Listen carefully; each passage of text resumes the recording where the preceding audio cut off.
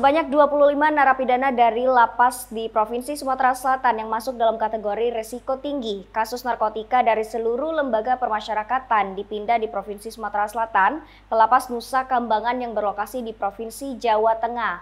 Hal tersebut disampaikan melalui rilis Kanwil Kemenkumham Sumatera Selatan pada Minggu 5 Desember 2021. Dalam rilis yang dibagikan melalui pesan WhatsApp dituliskan Kanwil Kemenkumham Sumatera Selatan memindahkan 25 tahanan tersebut berlangsung dengan lancar dan aman yang disaksikan langsung oleh Kepala Divisi Pemasyarakatan Dedi Mulyadi dan Kalapas Kelas 1 Palembang Kadiono beserta jajaran dengan tetap mengedepankan humanis serta protokol kesehatan dengan ketat. Satu persatu tahanan yang akan dipindahkan dijemput dari kamar hunian, kemudian dilakukan pengecekan kesehatan dan rapid test COVID-19 untuk selanjutnya dengan sebagaimana prosedur dibantu pengawalan ketat petugas kepolisian dari Brimob. Napi diborgol dan dibawa menggunakan armada bus.